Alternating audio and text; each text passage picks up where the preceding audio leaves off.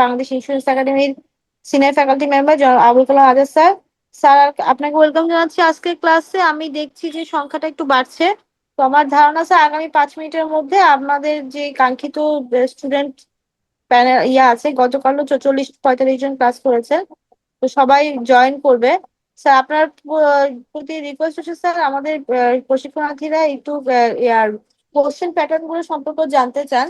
তো স্যার, আপনি যদি আপনার ক্লাসের ফাঁকে ফাঁকে স্যার অনেক বা ক্লাসের শেষেও স্যার কাজটা করতে পারেন স্যার, যদি একটু কোশ্চেন সম্পর্কে ওনাদেরকে স্লাইড ব্রিফ করতেন, তাহলে বোধহয় ওনাদের জন্য মানে ওনাদের বেটার আন্ডারস্ট্যান্ডিং হতো স্যার। ধন্যবাদ অপর্ণাশা। ইনশাল্লাহ আপনি যেভাবে পরামর্শ দিয়েছেন এবং পার্টিসিপেন্টদেরকে যেভাবে গাইড করতেছেন, এটা খুবই চমৎকার একটা আয়োজন। আমি আমার যে নির্ধারিত টপিকস আছে সেই বিষয়ে কথা বলার পাশাপাশি ওই রিলেটেড এবং পাশাপাশি ওভারঅল আজকে BA2 কোম্পানি অ্যান্ড কন্ট্রাক্ট ল এর সিলেবাস এবং কোর্স মডিউলটা নিয়েও ডিটেলস আলোচনা করব। আশা রাখি আমাদের প্রশিক্ষণার্থীরা উপকৃত হবে। আমি একটু স্লাইড শেয়ার করার চেষ্টা করতেছি। স্যার, আপনার স্ক্রিন স্যার একটু আপনার স্ক্রিন শেয়ার করেন স্যার, তাহলে আমি একটা স্যার ছবি নিতে পারতাম স্যার আমাদের পরবর্তী কোর্স ক্যালেন্ডার বা ইয়ার জন্য। স্যার, আপনি অলরেডি স্যার স্লাইডে চলে গেছেন। আহ, না, সেক্ষেত্রে এখন আমি আজকে BA2 নিয়ে কথা বলবো। আর যেহেতু আজকে BA2 সেকেন্ড দিন, দ্বিতীয় দিন, সঙ্গত কারণে আমার টপিকস প্লাস অন্যান্য বিষয় নিয়েও সামগ্রিক বিষয় নিয়ে কথা বলবো। আর হ্যাঁ, ইনশাল্লাহ আমাদের কোশ্চেনে যে বিষয়গুলো সেটা প্রায় পার্টিসিপেন্ট লেভেল থেকে ফোন আসে, বিভিন্ন কমিউনিকেশন হয় আমাদের সাথে। ইনশাল্লাহ সে বিষয়ে কথা বলবো। Thank you sir. স্যার, আমার মনে হয় স্যার আপনি ক্লাস শুরু করেন স্যার। অলরেডি আমরা 30 জন আছি আপনার ক্লাসে। আমরা স্যার আপনার ক্লাসটা উপভোগ করব। এবং স্যার, আরেকটা রিকোয়েস্ট স্যার, অনেকে বই সম্পর্কে জানতে চায় যে কোন বই থেকে কি পড়লে ভালো হয়। আমার মনে হয় স্যার আপনি ওই বিষয়টা একটু আহ চেষ্টা করবেন স্যার কাভার করার। Thank you Aparna. বিসমিল্লাহির রহমানির রহিম। বাংলাদেশ ইন্স্যুরেন্স একাডেমি কর্তৃক আয়োজিত company and contract law and their application to insurance, that is BA2 সাবজেক্টে আপনাদের সকলকে স্বাগত জানাচ্ছি। আমি Abul Kalam Azad, faculty member, Bangladesh insurance academy. ইতিমধ্যে আমাদের কোর্স সংক্রান্ত বিভিন্ন তথ্যপত্র নিয়ে অপর্ণা এবং আমি কথা বলেছি। আশা রাখি আপনাদের বিভিন্ন যে ডিমান্ড রয়েছে, যে বিষয়গুলো জানার দরকার, সে বিষয়ে আমরা বিস্তারিত আলোচনা করতে পারবো আজকের সেশনে। প্রথমে আমি আমার স্লাইড কি দেখা যাচ্ছে? জি স্যার। দেখ, একটু সাউন্ড করবেন ওবায়দুর রহমান সাহেব, হ্যাঁ? হ্যাঁ, দেখা একটু যাচ্ছে স্যার। সাউন্ড করবেন, রাইট। দেখা যাচ্ছে। আচ্ছা। আমি যতদূর জেনেছি, গতকালকে আমাদের এই সাবজেক্টের প্রথম সেশন অনুষ্ঠিত হয়েছে। আমাদের একজন সিনিয়র ফ্যাকাল্টি মেম্বার ক্লাস নিয়েছে। আজকে এটা দ্বিতীয় দিন। দ্বিতীয় দিন আমার আলোচ্য বিষয় হচ্ছে আমরা আমাদের এই সাবজেক্টের নাম হচ্ছে company and contract law and their application to insurance. অর্থাৎ বিমাতে কোম্পানি আইনের অ্যাপ্লিকেশনটা কি, ইন্স্যুরেন্স অ্যাক্টের অ্যাপ্লিকেশনটা কি হবে, কন্ট্রাক্ট ল এর অ্যাপ্লিকেশনটা কি হবে, সে বিষয়ে আলোচনা হবে। আমাদের এই কোর্সের পাঠ্যসূচি সেভাবে সাজানো হয়েছে, সিলেবাসটা সেভাবে সাজানো হয়েছে। আমার আলোচনা হলো, আমার আজকের এই দুইটা সেশনে আলোচ্য বিষয় হচ্ছে আহ, বীমা আইন অনুযায়ী ইন্স্যুরেন্স কোম্পানি কিভাবে পরিচালিত হবে, কিভাবে নিয়ন্ত্রিত হবে, বীমা আইন অনুযায়ী একটা কোম্পানির অথরাইজেশনটা কিভাবে হবে, ইন্স্যুরেন্স কোম্পানি মার্জার কিভাবে হবে, একুইজিশনটা কি হবে, এবং ইন্স্যুরেন্স কোম্পানির যে ফাইন্যান্সিয়াল স্টেটমেন্ট গুলো রয়েছে, আর্থিক বিবরণীগুলো রয়েছে, সেটা ইডার অ্যাক্ট অনুযায়ী, প্রজ্ঞাপন অনুযায়ী ইন্স্যুরেন্স কোম্পানি অর্থাৎ বীমা কোম্পানির জন্য ফাইন্যান্সিয়াল স্টেটমেন্টগুলো কিভাবে তৈরি হবে এবং সেটা কিভাবে রিপোর্টিং করবে। সেকেন্ড সেশনে আমার আলোচনার বিষয় হচ্ছে সলভেন্সি মার্জিন। অর্থাৎ বীমা কোম্পানির জন্য সলভেন্সি মার্জিন কি হতে পারে, সলভেন্সি মার্জিনের অ্যাপ্লিকেশনটা কি হবে, এবং ক্লাসিফিকেশন অফ ইন্স্যুরেন্স বিজনেস। আমাদের দেশে যে ইন্স্যুরেন্স বিজনেসটা রয়েছে, সেই ইন্স্যুরেন্স বিজনেসের শ্রেণীবিন্যাস এবং ফাইন্যান্সিয়াল স্টেটমেন্ট এবং বিভিন্ন রিটার্ন নিয়ে আলোচনা হবে। এই আজকে দুইটা সেশনে আমরা এই বিষয়গুলো নিয়ে কথা বলবো।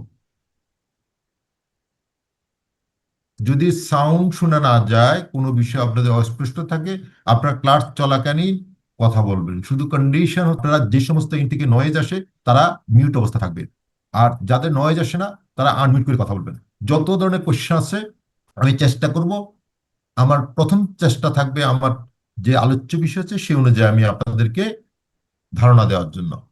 এরপর ক্লাস স্যার শেষে আপনার যদি সময় ভয়েসটা থাকে, মাঝে মাঝে স্টাক হয়ে যাচ্ছে, সম্ভবত নেটওয়ার্ক প্রবলেম। নেটওয়ার্ক প্রবলেম এটা আমার আসলে কন্ট্রোলে নাই, তারপর আমি একটু না দেখি। ঠিক আছে স্যার, ঠিক ভয়েস আছে। ঠিক আছে স্যার, আমার এন্ড থেকে আমি আমার একটু মনে হয় দেখি। কোনো সমস্যা হচ্ছে না। ঠিক আছে।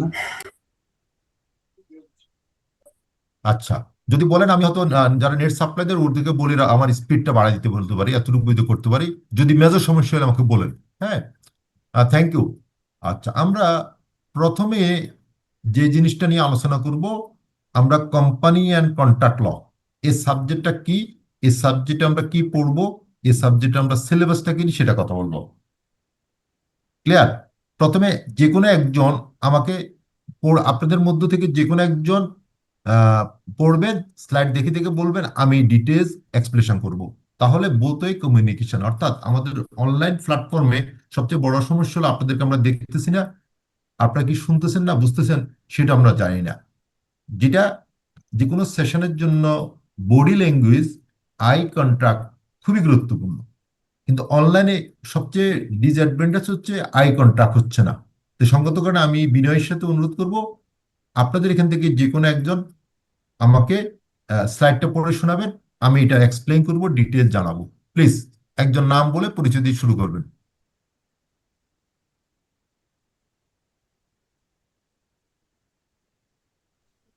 কেউ কি একজন সাউন্ড করবেন?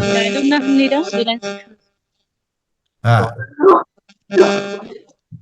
রিলায়েন্স থেকে নীলা বলছে। নীলা, আপনার মনে নয়েজ আসে, আপনি কি? হ্যালো জি, sir, company and contract law. আচ্ছা মিজান সাহেব, আপনাকে জি স্বাগত স্যার, জানাচ্ছি আপনি আমাদেরকে আজকে আমাদের প্রেজেন্টেশনটা দেওয়ার জন্য। প্লিজ।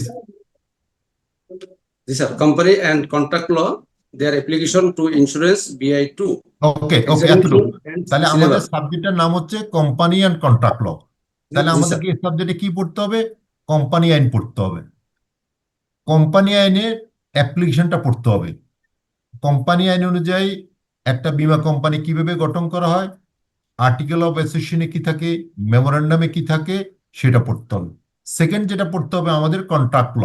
কন্ট্রাক্ট ল মানে চুক্তি, কিভাবে আমরা চুক্তি করব, আমরা কিভাবে ইনস্যুর্ড এবং ইনস্যুরার সাথে চুক্তি করব, সে বিষয়গুলো পড়তে হবে। এরপর আমাদেরকে পড়তে হবে বীমা আইন, ইন্স্যুরেন্স অ্যাক্ট। ইন্স্যুরেন্স অ্যাক্ট অনুযায়ী বীমা শিল্প কিভাবে পরিচালিত এবং নিয়ন্ত্রিত হয়, সেটা পড়তে হবে। এরপর আমরা এইটার অ্যাপ্লিকেশনটা কি হবে ইন্স্যুরেন্সে, সেটা। এই এই পাঁচটা বিষয়কে নিয়ে বাংলাদেশ ইন্স্যুরেন্স একাডেমির BI2 এর সিলেবাসটা প্রণীত।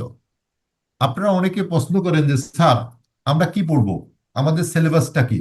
আমি আপনাদেরকে প্রথম দিনও বলছি, যে কোনো সাবজেক্ট পড়ার আগে দিয়ে প্রথমে আপনারা সিলেবাসটা দেখবেন। সিলেবাসে আমাদের পুরা কোর্স মডিউল, কোর্স ডিটেলটা দেওয়া আছে। BI2 তে আমাদের এখানে পাঁচটা মডিউলকে ফোকাস করে আমাদের সিলেবাসটা প্রণয়ন করা হয়েছে।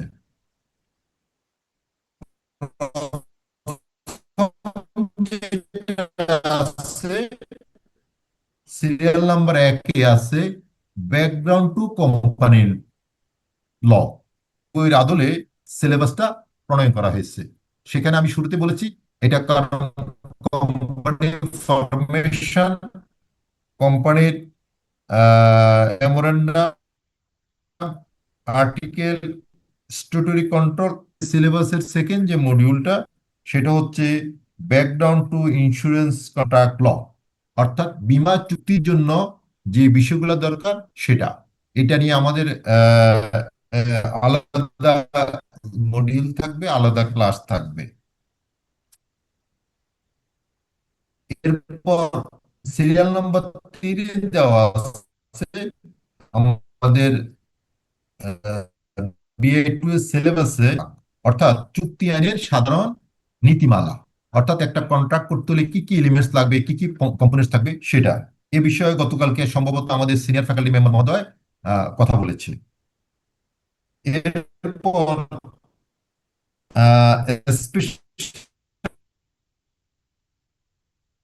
কন্ট্রাক্টের বাইরেও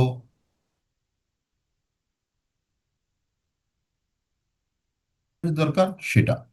এরপর থার্ড মডিউল হচ্ছে law of agency and its application to insurance, অর্থাৎ বীমার জন্য যে এজেন্ট ব্যবস্থাপনার মাধ্যমে বীমা শিল্পটা ব্যবসা করে থাকে সে বিষয়। এই 5টা মডিউল নিয়ে আপনাদের সিলেবাসটা প্রণয়ন হয়েছে। তাহলে আপনারা যারা এই সাবজেক্টের পরীক্ষার্থী ক্লাস শুনতেছেন, আপনাদের প্রথম কাজ হবে সিলেবাস কোশ্চেন। আমি গত ক্লাসে বলেছি, এবং বিএ 1 আর 2 এর কি কি বই পড়তে হবে, কি কি বই লাগবে সেটা আমাদের কোর্স অফিসার অপর্ণা শাহ বলেছে। প্রয়োজন বোধে আমি আমার ক্লাস শেষে আপনাদের এই 2 সাবজেক্টের জন্য কি কি টেক্সট বুক বা কি কি রেফারেন্স বুক হতে পারে সেটা আলোচনা করব। এবার আমি আমার মূল আলোচনার বিষয়বস্তুতে চলে যাই। মূল আলোচনার বিষয়বস্তু হচ্ছে আমার জন্য আজকে নির্ধারিত সেশন হচ্ছে সম্ভবত ক্লাসের সিরিয়াল নম্বর 4 এবং 5, অক্টোবর 2025-এর ক্লাসের সিরিয়াল নম্বর 4 এবং 5। 4 এবং 5-এ 4 এবং 5-এ যে সেশনগুলো আছে, যে বিষয়টা আছে সেটা নিয়ে আমরা একটু আলোচনা করব। আমি একটু অনুরোধ করব, যে কোনো একজন, মিজান সাহেব কি অনলাইনে সংযুক্ত আছেন?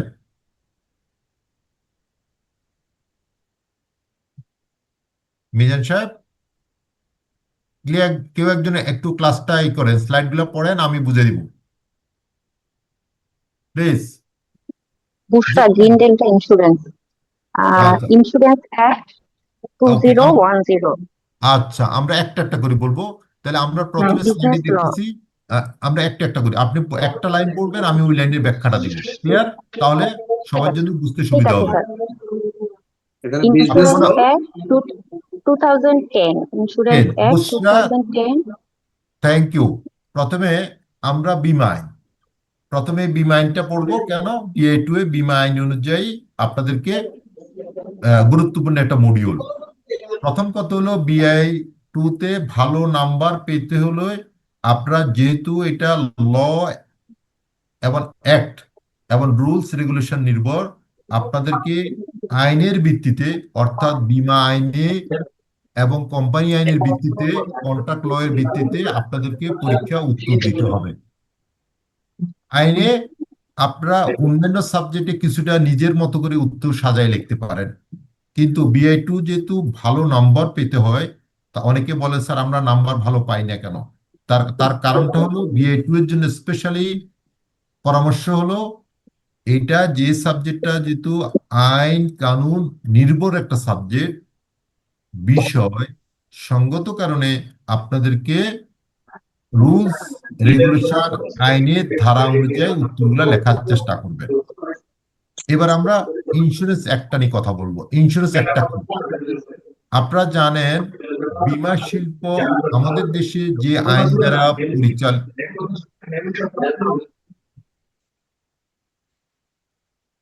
আপনারা জানেন বীমা শিল্প, বীমা খাত আমাদের দেশে বীমা আইন 2010 অনুযায়ী পরিচালিত এবং নিয়ন্ত্রিত। এই শিল্পের উন্নয়নের জন্য বিগত সরকার বীমা আইন 2010 প্রণয়ন করেছে। 3টা উদ্দেশ্যকে সামনে রেখে সরকার বীমা আইন 2010 প্রণয়ন করছে। 1, বীমা শিল্পের উন্নয়ন এবং তত্ত্বাবধান, বীমার সুবিধা আপামর জনতার নিকট পৌঁছে দেওয়া। 3, বীমার জন্য বিভিন্ন বিধি প্রবিধি তৈরি করা। এ বীমা আইনে 160টা ধারা আছে, 160টা সেকশন আছে। এই 160টা ধারার মধ্যে আমাদের বিআই সাবজেক্টে যে ধারাগুলা জড়িত, আপনারা সে ধারাগুলা নোট নেবেন। আমি আজকে সে ধারাগুলা বলে দিব। যে ধারা অনুযায়ী আমাদের ক্লাসের টপিকসগুলো নির্ধারিত আছে, সে ধারাগুলা আপনারা অবশ্যই জানতে হবে, বুঝতে হবে, চেষ্টা করবেন ওই ধারাগুলো অনুযায়ী পরীক্ষায় উত্তরটা লেখা। এবার চলে যাই, নেক্সট লাইনটা পড়েন, সেন্টেন্সটা পড়েন। বুশরা সম্মত আমাদেরকে হেল্প করতেছে? Business law. Business law. Business law হচ্ছে ব্যবসায়িক আইন। এখানে বীমার সাথে সম্পর্কিত আইনগুলোকে আমরা বিজনেস ল বা ইন্স্যুরেন্স রিলেটেড অ্যাক্ট বলবো। তাহলে যারা আমাদের বীমা শিল্পে কাজ করেন, যারা বীমার ডাক্তার হতে চান, যারা এবিআই হোল্ডার হতে চান, তাদেরকে আমাদেরকে ইন্স্যুরেন্স রিলেটেড অ্যাক্টগুলা ভাই, জানতে হবে। আমার কিছু সেই বলবেন? প্লিজ। আচ্ছা, ইন্স্যুরেন্স রিলেটেড অ্যাক্ট কি? আমি ইতিমধ্যে ইন্স্যুরেন্স রিলেটেড অ্যাক্ট আলোচনা করছি। ইন্স্যুরেন্স রিলেটেড অ্যাক্ট হচ্ছে ইন্স্যুরেন্স বীমা আইন, কোম্পানি অ্যান্ড কন্ট্রাক্ট ল। কারণ বীমা আইনে বলা আছে যদি কোনো বিষয় আপনারা না বুঝেন, সমাধান করতে না পারেন, তাহলে কোম্পানি আইন দেখা যেতে পারে। তাহলে আমরা দেখলাম বীমা আইনের আগে কোম্পানি আইনের উৎপত্তি। তারপর জানতে হবে মেরিন ইন্স্যুরেন্স অ্যাক্ট, তারপর জানতে হবে কন্ট্রাক্ট ল। তাহলে আমরা যারা বীমাতে কাজ করি, আমরা যারা এবিএ হতে চাই, তাদেরকে আমাদের ইন্স্যুরেন্স রিলেটেড অ্যাক্ট যে মিনিমাম 3 থেকে 4টা আইন সম্বন্ধে সম্যক ধারণা লাগবে। প্রশ্ন আসতে পারে যে স্যার, আমরা কি তাহলে সব আইন ভালোভাবে শিখব?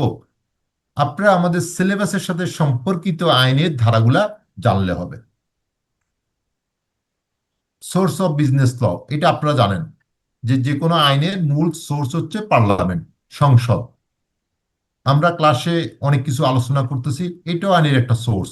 আলোচনার মাধ্যমে আমরা মূল টপিকসটা আমরা যদি সংশ্লিষ্ট ডিপার্টমেন্টে পৌঁছাতে পারি, পার্লামেন্টে যদি সেটা অ্যাকসেপ্ট করে, ডিসকাশন করে, সেটা পার্লামেন্টের সদস্যদের অ্যাপ্রুভ, রাষ্ট্রপতির অ্যাপ্রুভ, চূড়ান্তভাবে পাশ হওয়ার পরে আপাময় জনতার নিকট সেটা গ্যাজেট হবে, নোটিফিকেশন হবে। তাহলে আমরা এবার চলে যাই ইন্স্যুরেন্স কন্ট্রাক্ট। এটা আমি আর আলোচনা করলাম না। Essential limits of insurance contract, এটা আমাদের অন্যান্য রিসোর্স পার্সনটা বিস্তারিত আলোচনা করবে।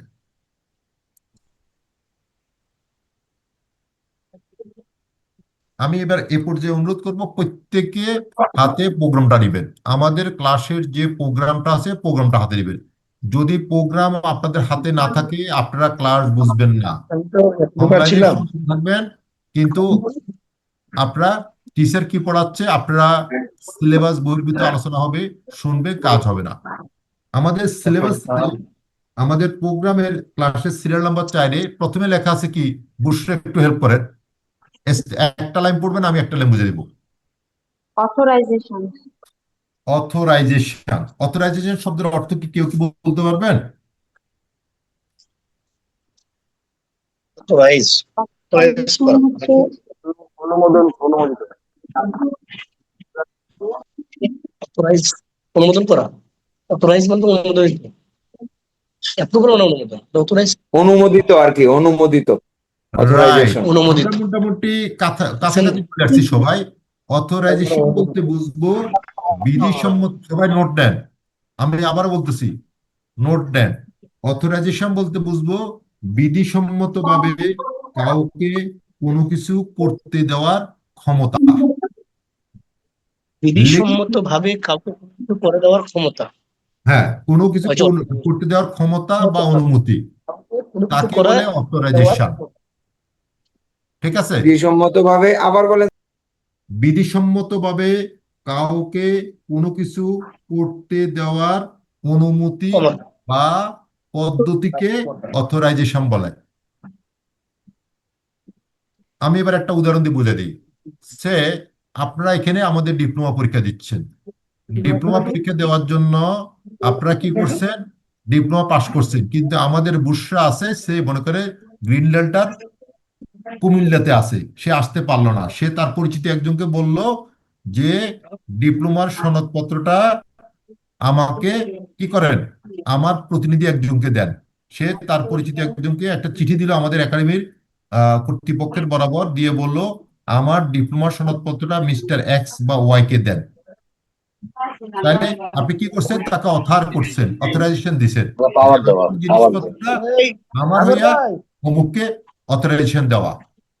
বীমা কোম্পানি, ইন্স্যুরেন্স কোম্পানিগুলা সময় সময় তাদের প্রতিনিধি বিভিন্ন জায়গায় বিভিন্ন বিষয়ে পাঠানো হয়। তখন তারা তার প্রতিনিধিকে, তার এজেন্টকে কি করে, অথরাইজেশন দেয় যে তুমি কোম্পানির পক্ষে এই কাজটা করবা। এটা হলো authorisation. Next, Statutory conform. Please আপনারা যদি নয়েজ করেন আমি তো ক্লাস নিতে পারবো না। আমি আবারও বলতেছি, আমি কিন্তু ক্লাসটা কিন্তু 5 অনুগ্রহ মিনিটে করে আধা আমরা ঘন্টা শেষ করতে পারবো। সকলেই মিউট করে রাখি, ক্লাসটা নাহলে নেওয়া যাবে না তো, আমরা সবাই মিউট করে শরীফ রাখি। সাহেব একটু মিউট করেন কষ্ট করে। আমাদের জুবাইর সাহেব তো ভালো একজন পার্টিসিপেন্ট, মিলবি, উনি তো আমার সাথে একবার হেলো করছে। জুবাইর শোনা যাচ্ছে? হ্যাঁ, জি স্যার শুনতে পাচ্ছি স্যার। হ্যাঁ, এই তো আপনার ইন থেকে তো দেখলাম যে খুব আপনার যাদের ইন থেকে নয়েজ আসে না তারা সাউন্ড করে কথা বলবেন। হ্যাঁ, তাহলে আপনারা, আমি আবারও বলতেছি, আমি এই পর্যন্ত আমার সৌভাগ্য যে ডিপ্লোমাতে আপনাদের সাথে অনেকবার আমি একত্রিত হতে পারছি, অনলাইনে প্ল্যাটফর্মে কথা বলার সুযোগ হচ্ছে। এখন আমি তখনও বলেছি যে এই ক্লাস থেকে যদি আমরা দুই একটা প্রশ্ন যদি পরীক্ষা লিখতে না পারি তাহলে আমাদের কোনো দরকার নাই ক্লাস করার। ঠিক আছে, আমি একেবারে লেম্যানের ভাষায় প্রতিটা শব্দ প্রতিটা অক্ষর বুঝিয়ে দেওয়ার চেষ্টা করব। বিশেষ করে আমি আমার টপিক যেটা সেটা নিয়ে আলোচনা করবো, কিন্তু আপনারা যদি অনলাইনে ডিস্টার্ব করেন, নয়েজ সৃষ্টি করেন, এটা আমার পক্ষে কন্টিনিউ করাটা কঠিন হয়ে যাবে। আমি হোস্ট না। ঠিক আছে, ওকে, আমরা এবার চলে যাই statutory control. Bushra please, statutory control বলতে কি বুঝেন?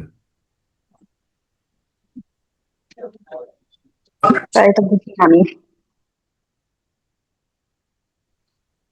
স্ট্যাটুটরি কন্ট্রোল হচ্ছে বিধিবদ্ধ, সংবিধিবদ্ধ। আপনারা দেখবেন ধূমপানে সিগারেটে গায়ে লেখা আছে সংবিধিবদ্ধ সতর্কীকরণ।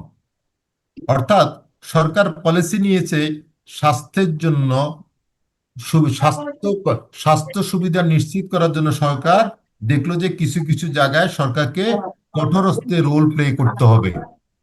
যেমন ধূমপানটা সরকার নিষিদ্ধ করেনি, তবে সরকার কি করছে, এটাকে ধূমপান যাতে কন্ট্রোল করা যায়, ধূমপান করলে যাতে মানুষের ক্ষতি না হয়, সচেতনতা বৃদ্ধির জন্য, ধূমপান না করার সচেতনতা বৃদ্ধির জন্য ধূমপানের সিগারেটে গায়ে সরকার বলছে, আমাদের তামাক কোম্পানিগুলোকে বলে দিছে যে আপনারা এই বিষয়গুলা লিখে দিবেন, নোটিশ করে দিবেন।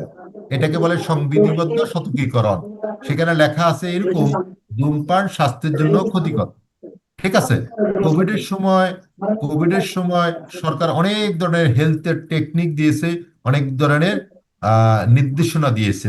ঠিক আছে, এটাকে বলে স্ট্যাটুটরি কন্ট্রোল। অর্থাৎ সরকার কোনো শিল্প, কোনো খাত, কোনো বিষয় সঠিকভাবে, সুশৃঙ্খলভাবে পরিচালনার জন্য যে কাজটা করে থাকে এটাকে বলে স্ট্যাটুটরি কন্ট্রোল বা সংবিধিবদ্ধ। আমরা এটাকে যদি সংক্ষেপে লিখতে পারি, আইনের মাধ্যমে কোনো কিছু পরিচালনা করা বা নিয়ন্ত্রণ করাকে স্ট্যাটুটরি কন্ট্রোল বলে। আমি আবারও বলতেছি, আপনারা চাইলে নোট নিতে পারেন, যদি বলে স্যার আস্তে আস্তে বলার জন্য তাও বলতে পারে। আইনের মাধ্যমে কোনো কিছু পরিচালনা করা বা নিয়ন্ত্রণ করাকে স্ট্যাটুটরি কন্ট্রোল বলে। ঠিক আছে, বিশ্বের বিশ্বের প্রায় দেশে এই কন্ট্রোলটা করা হয়। কেন করা হয়? দেশের জনগণের জন্য, দেশের ভালোর জন্য। বীমা খাতে, ইন্স্যুরেন্স শিল্পে সরকার অনেক ধরনের নিয়ম কানুন তৈরি করছে, রুলস রেগুলেশন তৈরি করছে। যেমন বীমা আইন তৈরি করছে, বীমার জন্য বিধি তৈরি করছে, প্রবিধি তৈরি করছে। এগুলাকে বলে স্ট্যাটুটরি কন্ট্রোল। যেমন বীমার ক্ষেত্রে বলা আছে, ইন্স্যুরেন্সের ক্ষেত্রে বলা আছে। ওবায়দুল সাহেব একটু মিউট করেন কষ্ট করে। আর উনি প্রায় সময় ডিস্টার্ব করে, এটা তো আসলে মানে সবার সমস্যা হচ্ছে।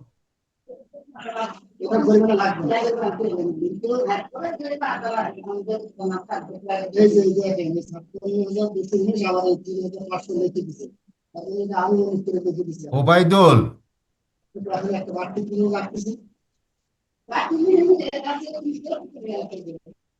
ওবায়দুল সাহেব,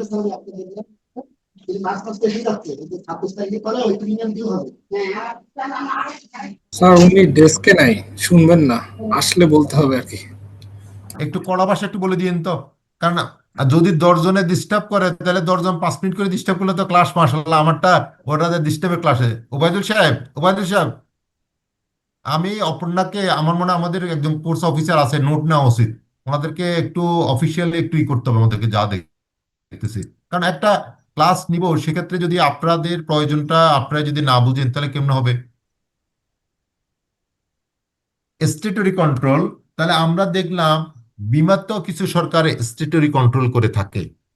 যেমন গভর্নমেন্টের নির্দেশনা হচ্ছে, ইরডার নির্দেশনা হচ্ছে, বাকিতে কোনো ইন্স্যুরেন্সের প্রোডাক্ট সেল করা যাবে না। ইন্স্যুরেন্স ইন্স্যুরেন্সের প্রোডাক্ট সেল করতে হলে কি লাগে? প্রিমিয়াম লাগে। তাহলে ইন্স্যুরেন্স কোম্পানি কি দেয়? সরি, ইন্স্যুরেন্স কোম্পানি না, গ্রাহক কি দেয়? প্রিমিয়াম দেয়। তাহলে এই প্রিমিয়াম বাকিতে করা যাবে না। এটা হলো সরকারের ইউটার নির্দেশনা। এই কন্ট্রোলটাকে বলা হয় স্ট্যাটুটরি কন্ট্রোল। পরীক্ষা আপনারা কি করবেন? যখনই কোনো জিনিস আলোচনা আসবে বিআই টুতে স্পেশালি, আইনের ধারাগুলোকে চেষ্টা করবেন হাইলাইট করার জন্য। পাশাপাশি ইন্স্যুরেন্স রিলেটেড বিভিন্ন নির্দেশনা দেওয়ার চেষ্টা করবেন। তাহলে আমাদের টিচাররা মনে করবে যে উনি এই সাবজেক্টের, এই বিষয়ের ভালো নলেজ বা জ্ঞান রাখেন। এরপর নেক্সট, বুঝটা শোনা যাচ্ছে? স্যার কন্ট্রোল অফ বিজনেস আচ্ছা, স্ট্যাটুটরি কন্ট্রোল হচ্ছে সংবিধিবদ্ধ, আর কন্ট্রোল অফ বিজনেস হচ্ছে বিজনেসটা কিভাবে নিয়ন্ত্রণ করে। যখন পরিচালনা। সেটা আমি একটু বলে নিই, ডিফারেন্সটা একটু বুঝে দিই।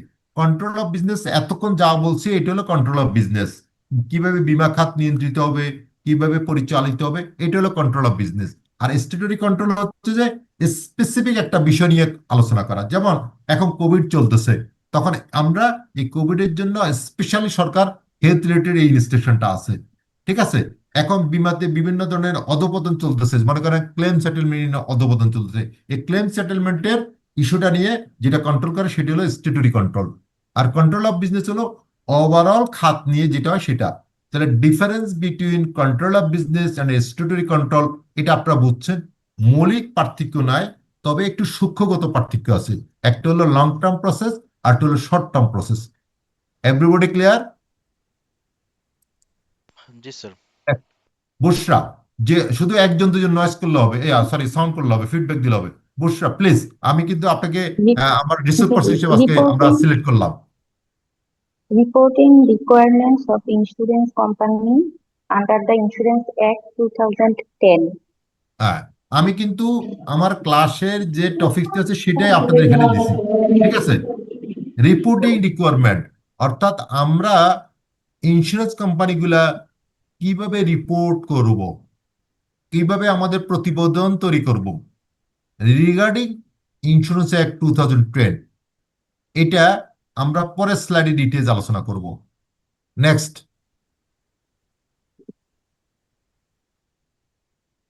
নেক্সট। Concept of merger. আচ্ছা, কনসেপ্ট অফ মার্জার বলতে আমরা কি বুঝবো?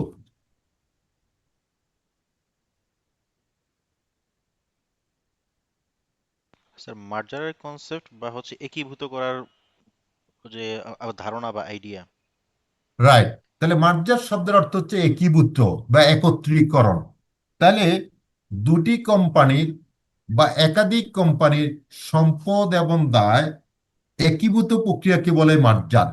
যেমন আমাদের দেশে আমরা, সরকার চাচ্ছে আমাদের দেশে বীমা কোম্পানির সংখ্যা বেড়ে গেছে, বেশি হয়েছে। তাহলে কি করতে হবে? আমাদের ইকোনমির সাইজ অনুযায়ী, অর্থনীতির সাইজ অনুযায়ী আমাদের দেশে বীমা কোম্পানিগুলো অনেক বেশি হয়ে গেছে।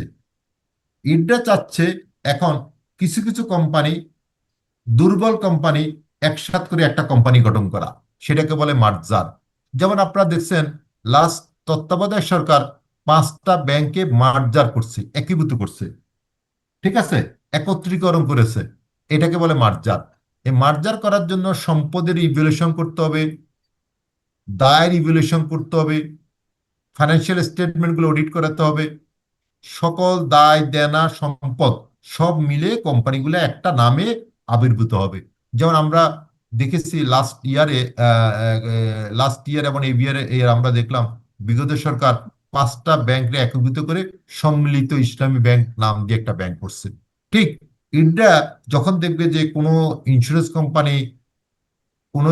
কোম্পানি যথাযথভাবে পরিচালিত হচ্ছে না, বা তাদের বিধিবিধান অনুযায়ী কাজ করতে পারতেছে না, তখন সরকার চিন্তা করলো যে, বা কোনো কোম্পানি যদি মনে করে যে আমরা আরো 2-3টা মিলে একটা কোম্পানি এক হব, এক হলে আমাদের সম্পদ, দায়, ব্যবস্থাপনা, আমাদের কোম্পানির স্ট্রেন্থ বাড়বে। অর্থাৎ পাঁচটা দুর্বল লোক যখন একসাথে কাজ করবে তখন কি হবে? শক্তি বাড়বে। এটাকে বলে মার্জার। বীমা আইন 2010-এর 10-এর ধারা 52 এই বিষয়ে বিস্তারিত বলা আছে। আমি অনুরোধ করব কনসেপ্ট অফ মার্জার সেকশন 52 এটা নোট নেওয়ার জন্য। আমরা সেকশন 52-তে মার্জার সম্বন্ধে বিস্তারিত বলা আছে। সেখানে বলা আছে এরকম যে দুটি কোম্পানির সম্পদ ও দায়, আমি আবারও বলছি, as per insurance act 2010 section 52, সেখানে বলা আছে কিভাবে একটা কোম্পানি মার্জার হবে। সেখানে বলা আছে দুটি কোম্পানির সম্পদ ও দায় একীভূত করে একটি কোম্পানির মাধ্যমে ব্যবসা পরিচালনা করাকে মার্জার বা একত্রীকরণ বলে। ক্লিয়ার? মার্জারের ধারা 2-এ বলা আছে মার্জার সংক্রান্ত বিধিবিধান। আমি আবারও বলছি, সেকশন 52 সাবসেকশন 1-এ বলা আছে যে কোনো কোম্পানি মার্জার করতে হলে কোম্পানির সঙ্গ বিধি, আর্টিকেল অফ অ্যাসোসিয়েশন, সেখানে আর্টিকেল, মেমোরেন্ডাম অফ আর্টিকেল, সেখানে যাই বলা থাকো, কিন্তু ইন্স্যুরেন্স কোম্পানি মার্জ করতে হলে আমাদের বীমা উন্নয়ন ও নিয়ন্ত্রণ কর্তৃপক্ষের অনুমতি ব্যতি রেখে কোম্পানি মার্জ করতে পারবে না। পরীক্ষা যদি কোশ্চেন আছে বীমা কোম্পানি মার্জ করতে হলে কি কি শর্ত লাগবে, আমি কোশ্চেনটা আবার রিপিট করতেছি, a related question. Discuss the merger in the view of insurance act 2010। Discuss the merger in the view of insurance act 2010। বীমা আইন 2010 অনুযায়ী কোম্পানির সমূহ কিভাবে একত্রীকরণ হবে আলোচনা করা। প্রসেসটা কি, প্রসিডিউরটা কি, রুলসটা কি। পরীক্ষা যদি আপনারা আইনের কোটেশনটা উল্লেখ করে দিতে পারেন তাহলে আপনারা উপযুক্ত ভালো নাম্বার পাবেন। কন্ডিশন হচ্ছে মার্জ করতে হলে ইন্টার পারমিশন লাগবে। 2 নম্বর, সম্পদ এবং সম্পত্তি, দায় ও দেনার ভ্যালুয়েশন করতে হবে। মার্জার প্রস্তাবের মধ্যে সকল শর্তাদি কন্ডিশন অন্তর্ভুক্ত হবে এবং মার্জ করার অভিপ্রায় নিয়ে সাইট দলিল সত্যায়িত করে অথরিটি নিকট এবং সংশ্লিষ্ট নিয়ন্ত্রণকারী কর্তৃপক্ষের নিকট জমা দিতে হবে। প্রস্তাবিত মার্জারের দলিল জমা দিতে হবে। মার্জার ভিত্তি সম্পর্কিত যদি অন্য কোনো প্রতিবেদন থাকে সেটা জমা দিতে হবে। এবং সর্বশেষ, মার্জার করার জন্য বীমা উন্নয়ন কর্তৃপক্ষের সার্কুলার হলো যে মার্জার বিমাকারী সমূহের স্থিতিপত্র 12 মাসের অধিক পুরাতন হতে পারবে না। অর্থাৎ আপনারা যখন কোনো কোম্পানি মার্জার করতে যাবে বা কোনো কোম্পানি মার্জার হবে তখন পুরাতন ফাইন্যান্সিয়াল স্টেটমেন্ট দিলে হবে না, একেবারে আপডেট ফাইন্যান্সিয়াল স্টেটমেন্ট দিতে হবে। এগুলা সব রেডি করে ইডার নিকট জমা দিবে। জমা দেওয়ার পরে ইডরা যদি পারমিশন দেয় তাহলে প্রাথমিকভাবে মার্জার করার জন্য প্রয়োজনীয় কার্যক্রম গ্রহণ করবে। সেকেন্ড স্টেজে পারমিশন পাওয়ার পরে বা পারমিশনের প্রক্রিয়া, তখন যদি বীমা কোম্পানিগুলো যদি সিকিউরিটিজ এক্সচেঞ্জ কমিশন পুঁজিবাজারে তালিকাভুক্ত হয় সেখানেও ইনফর্ম করতে হবে, সেখানেও অবহিত করতে হবে।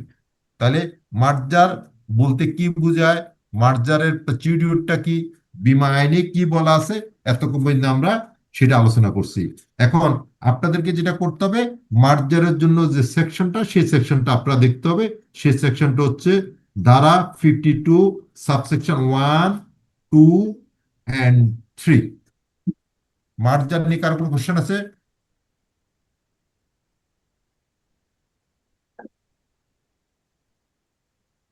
এরপর বলা আছে না স্যার।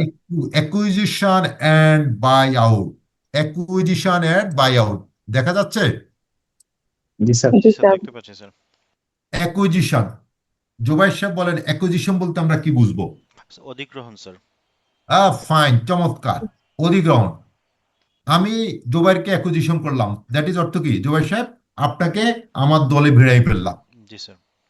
আপনাকে যখন ভিড়াই ফেললাম, অনেকে পরীক্ষার সময় স্যার বাই আউট কি, যে এইটা নিয়ে আমাকে একটু বুঝিয়ে দেন, কোশ্চেনটা একটু বুঝিয়ে দেন। বাই আউট, আপনাকে যখন আমি অধিগ্রহণ করলাম তখন কি হচ্ছে, আমি আপনাকে বাই করে ফেললাম। আপনাকে বাই করার পরে কি হলো, আপনার ক্ষমতা আছে কি না নাই, নাই স্যার। এটাকে বলা আউট। তাহলে বাই বলতে বুঝবো ক্রয় করা, আউট বলতে বুঝবো আপনাকে নিষ্ক্রিয় করা। পরীক্ষা যদি শর্ট নোট আসে বা ডেফিনিশন আছে যে অ্যাকুজিশন বলতে কি বোঝায় এবং বাই আউট বলতে কি বোঝায়, ক্লিয়ার? তাহলে বাই বলতে ক্রয়, আউট বলতে আপনার ক্ষমতা নিষ্ক্রিয় করা, এটাকে বলে বাই আউট। ক্লিয়ার? এবার আমি বাই আউটের সংজ্ঞাটা দিচ্ছি। প্রথমে আমরা অ্যাকুজিশনটা একটু বুঝি। অ্যাকুজিশন শব্দের অর্থ হচ্ছে অধিগ্রহণ। একটি কোম্পানি বা কর্পোরেশন অপর একটি কোম্পানি বা কর্পোরেশনের অধিকাংশ শেয়ার ক্রয় করে। এখানে কিন্তু কোম্পানি মার্জার হচ্ছে না, এখানে কি হচ্ছে, একটা কোম্পানির শেয়ার ক্রয়। আমাদের দেশে অনেকগুলো হয়েছে এরকম, বড় একটা কোম্পানি তারা কি করছে, ছোট কোম্পানির সম্পদ ক্রয় করে তাকে নিজের দলে ভিড়াই ফেলতেছে, ব্যবসায়িক নিয়ন্ত্রণ চলে যায়। এই নিয়ন্ত্রণ প্রক্রিয়াটাকে বলা হয় অ্যাকুইজিশন। মূল যে কোম্পানিটা ক্ষমতা নেয় সেটাকে বলে প্যারেন্ট। মূল যে কোম্পানিটা নেয় সেটাকে কি বলে, প্যারেন্ট কোম্পানি। আর যে কোম্পানির শেয়ার অধিগ্রহণ করা হয়, যাকে অ্যাকুইজিশন করা হয়, সেটাকে বলা হয় সাবসিডিয়ারি কোম্পানি। তাহলে জি, আসসালামু আলাইকুম। জি, লিফটের 5B5 চলে আসেন আপনারা। ওকে ওকে। তাহলে আমরা দেখলাম যে অ্যাকুইজিশনটা হচ্ছে একটা বড় কোম্পানি ছোট কোম্পানিকে অধিগ্রহণ করা। যেমন আপনারা দেখবেন অফ দ্য রেকর্ড, আমাদের একটা একটা ইন্স্যুরেন্স কোম্পানি সানফ্লাওয়ার বা সানরাইজ, এটা হবে তার সম্পদ আরেকটা বড় কোম্পানি নিয়ে নিছে। তাহলে যে মূল কোম্পানি, সানলাইট, সরি বুশরা, সানলাইট, সানলাইট। ও বুশরা, তাহলে আপনি মনে হয় গ্রিন ডেল্টা। জি জি। ও আচ্ছা, এই জন্য তার রেসপন্সটা খুব ভালো। হ্যাঁ, ঠিকই বলছেন। গ্রিনল্যান্ডটা আরেকটা ইন্স্যুরেন্স কোম্পানির সম্পদ অধিগ্রহণ করছে, সে অ্যাকুইজিশন করছে। কি করছে, এখন মূল যে কোম্পানি অ্যাকুইজিশনটা নিছে সেটাকে আমরা প্যারেন্ট কোম্পানি বলবো। আর ওই যে ছোট যে কোম্পানিটা যাদেরকে করা হয়েছে, অধিগ্রহণ করেছে, সেটাকে আমরা প্যারেন্ট কোম্পানি বলবো। তাহলে প্যারেন্ট কোম্পানি এবং সাবসিডিয়ারি কোম্পানি, এটা আপনারা ক্লিয়ার? জি স্যার, ক্লিয়ার জি স্যার। স্যার। হ্যাঁ, এতে করে ওই আগের যে পুরাতন কোম্পানি তার ক্ষমতা কমে যাচ্ছে, আর সেজন্য আমরা তাকে সাবসিডি বলবো, অনেকটা এটাকে আমরা নিষ্ক্রিয় কোম্পানি বলবো। এরপর লেখা আছে discuss the merger in the view of insurance act 2010। আমি এতটুকু পর্যন্ত merger, acquisition, statutory control, authorization, insurance act 2010-এর ভিত্তিতে আলোচনা করেছি। ক্লিয়ার? জি স্যার। জি স্যার। তাহলে স্যার বাই আউটটা বলতে আমরা বুঝবো যে এই যে ইয়েটা বড় কোম্পানি যে কিনে নিয়ে গেল, অ্যাকুইজিশন করে নিল, হ্যাঁ তার ফলে যে ছোট কোম্পানির যে ক্ষমতাটা কমে গেল, এটাই মূলত বাই আউট, তাই তো? হ্যাঁ, মানে আমরা ছোট কোম্পানিটা আউট করে দিচ্ছি, ছোট কোম্পানিটা কি করছি, আউট করছি। বোর্ড অফ গভর্নর কি হবে, কার কথা হবে, কথা হবে এরকম, বড় কোম্পানি কি করবে, সে এখন কন্ট্রোল করবে। আমাদের দেশে অনেক লিজিং এই কাজটা হয়েছে, আমাদের দেশে এখন ইন্স্যুরেন্স কোম্পানি হয়েছে, ঠিক আছে, এবার অনেক লিমিটেড কোম্পানি এটা হয়েছে। এবার এইটা একটু আলোচনা করি। এটা আমার মনে হয় স্লাইড দেখে গেলে সময় লাগবে, আমি সংক্ষিপ্ত বিষয়ে এটা একটু আলোচনা করে দিই। আমি যেটা বোল্ড করছি সেটা একটু আলোচনা করবো আমরা এখন। রেড কালারে যেটা আছে সেটা একটু আলোচনা করেন, যে কোনো একজন।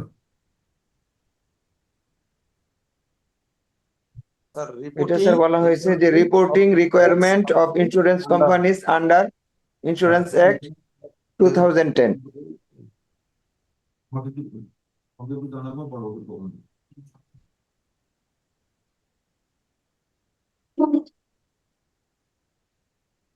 রিপোর্টিং রিকোয়ারমেন্টস, অর্থাৎ একটা ইন্স্যুরেন্স কোম্পানি কি কি রিপোর্ট করবে বলেন তো? ইন্স্যুরেন্স কোম্পানির অথরিটি কারা? বাংলাদেশে যে ইন্স্যুরেন্স কোম্পানি গেছে তার অথরিটি কারা? অভিভাবক কে? IDR. IDR. আচ্ছা, শুধু কি শুধু কি ইডরা?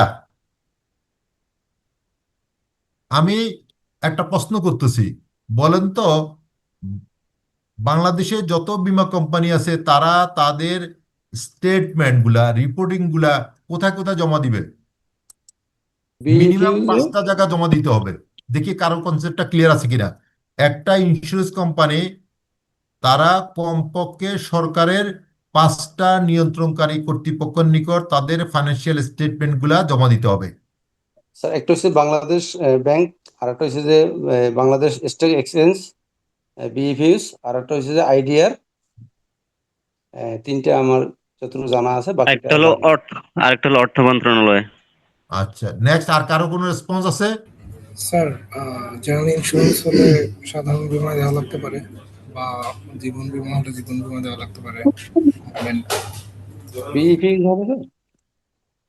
আচ্ছা, একটু জোরে বলেন, অনেক সময় শোনা যাচ্ছে না সাউন্ড। তাহলে আমরা দেখলাম বাংলাদেশে কর্মরত ইন্স্যুরেন্স কোম্পানি পুঁজিবাজারে তালিকাভুক্ত প্রতিষ্ঠানগুলা কমপক্ষে 5টা জায়গায় তাদের বিভিন্ন রিপোর্ট, ফাইন্যান্সিয়াল স্টেটমেন্ট গুলা আরজিএসসি আছে স্যার, আরজিএসসি। মিজান সাহেব থ্যাংক ইউ। কমপক্ষে 5টা। প্রথমে হলো ইডরা। ইডরা হলো আমাদের সকল নিয়ন্ত্রণকারী কর্তৃপক্ষ, মানে আমাদের অভিভাবক, বীমা কোম্পানির অভিভাবক ইডরা। সেকেন্ড জমা দিতে হবে যদি পুঁজিবাজারে তালিকাভুক্ত হয়, সেটা লাইফ আর নন লাইফ দুই কোম্পানির রিপোর্ট জমা দিতে হবে। কোথায়? আপনার কোথায়? পুঁজিবাজার হলে সিকিউরিটি এক্সচেঞ্জ কমিশন। তিন জমা দিতে হবে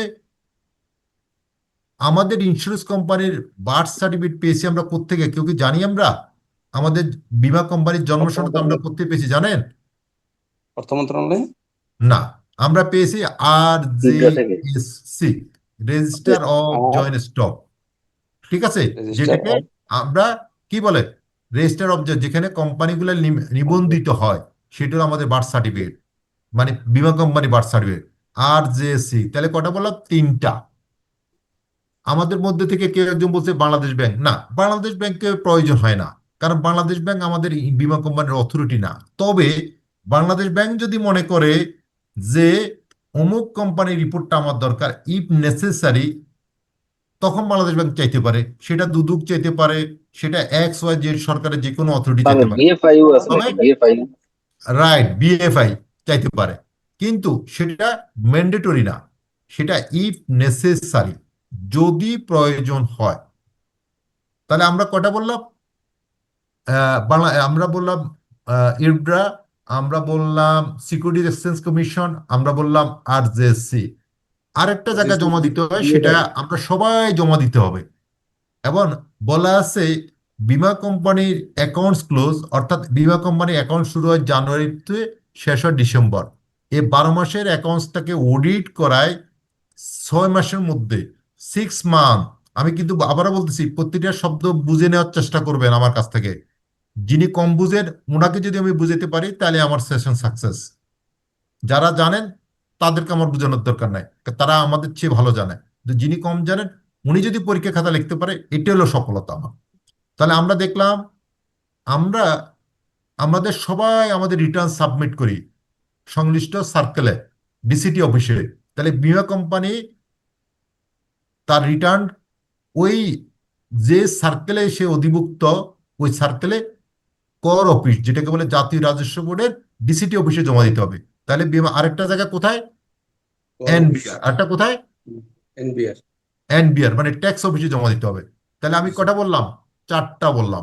এই 4 জায়গায় অবশ্যই ইন্স্যুরেন্স কোম্পানিকে তার রিটার্ন সাবমিট করতে হবে। ক মাসের মধ্যে? 6 মাস। 6 মাস। কি শর্ট কন্ডিশন কি? অডিট করে জমা দিতে হবে। অডিট বলতে CA ফার্ম অডিট করে জমা দিতে হবে। ক্লিয়ার? এই 4 জায়গাগুলো ম্যান্ডেটরি। আর বাকি যেটা অর্থ মন্ত্রণালয়, BIFU, বাংলাদেশ ব্যাংক, এগুলা প্রয়োজনে সময় সময় দিতে হয়। এখন আমি জানি না আমাদের অর্থ মন্ত্রণালয়, আমার এই সর্বশেষ প্রজ্ঞাপনটা আমার এই মুহূর্তে জানা নাই, মাঝখান দিয়ে কন্টিনিউ করছে অর্থ মন্ত্রণালয়ে জমা দেওয়ার জন্য। ঠিক আছে, তাহলে এবার আসেন রিপোর্টিং রিকোয়ারমেন্টস। এই যে আমরা যে ফাইন্যান্সিয়াল স্টেটমেন্ট গুলা, আমাদের বিভিন্ন নথিপত্র, আমাদের এগুলা যে জমা দিব, সেটার জন্য আমাদের কি কি করতে হবে? এই বীমা উন্নয়ন নিয়ন্ত্রণ কর্তৃপক্ষের ধারা 27, আমি আবারও বলতেছি নোট নেন। আমি যেখানে নোট শব্দটা উচ্চারণ করবো সঙ্গে সঙ্গে নোট নিয়ে ফেলবেন। গত ক্লাসে বলতে স্যার অনেক প্রশ্ন আমরা পারিনি, বুঝিনি, আমি সেই প্রশ্নগুলো আজকে আবার একটু ডিসকাস করব, কিন্তু আজকের ক্লাস এখন যখন যেটা আলোচনা করবেন সেটা নোট নিয়ে ফেলবেন। বীমা আইন 2010-এর সেকশন 27 কি বলা আছে? কিভাবে অ্যাকাউন্টস তৈরি করবে, ফাইন্যান্সিয়াল রিপোর্ট তৈরি করবে, কিভাবে বিভিন্ন তথ্য উপাত্ত রেডি করবে, সেখানে নির্ধারিত ছক দেওয়া আছে, নির্ধারিত ফর্ম দেওয়া আছে। ধারা সেকশন অনুযায়ী, ধারা 27 অনুযায়ী বীমা কোম্পানি তার স্টেটমেন্ট গুলো তৈরি করবে, ফাইন্যান্সিয়াল স্টেটমেন্ট গুলো তৈরি করবে, করে নির্ধারিত ছকে নির্ধারিত ফরম্যাটে সংশ্লিষ্ট কর্তৃপক্ষের নিকট জমা দিবে। জমা দেওয়ার জন্য সময় কমাস, সর্বোচ্চ 6 মাস। ডিসেম্বর অ্যাকাউন্টস ক্লোজ হবে, পরবর্তী 6 মাসের মধ্যে জমা দিবে। ইডরা এখন বিভিন্ন সময় কোয়ার্টার ভিত্তিতেও নেয়, হাফ ইয়ারলিতেও না, বিভিন্ন রিপোর্ট, যেমন ব্যাংক ইন্স্যুরেন্সের এটা কোয়ার্টার ভিত্তিতে নিচ্ছে, ক্লেম সেটেলমেন্টের ইস্যু এটা 3 মাস পর পর নিচ্ছে। হ্যাঁ, বিভিন্ন ক্যাশ ফ্লো, বিভিন্ন ইস্যুগুলা সেটাও 3 মাস অন্তর নিচ্ছে। এখন প্রশ্ন আসতে পারে কি কি রিপোর্ট সাবমিট করব? ফাইন্যান্সিয়াল স্টেটমেন্টের ক্ষেত্রে জমা দিতে হবে balance sheet, cash flow, profit and loss account, consolidated revenue account, changes of equity, মূলধন চেঞ্জ হলো, সেই সংক্রান্ত তথ্য উপাত্ত সংশ্লিষ্ট অথরিটি বা নিয়ন্ত্রণকারী কর্তৃপক্ষের নিকট জমা দিতে হবে। Reporting requirement of insurance company under the insurance act 2010 অনুযায়ী বীমা কোম্পানিগুলোকে নিম্নলিখিত বিষয়গুলা কর্তৃপক্ষের নিকট জমা দিতে হবে। তাহলে পরীক্ষায় এই রিপোর্টিং সংক্রান্ত কোশ্চেন লিস্ট কি পারবেন না আপনারা?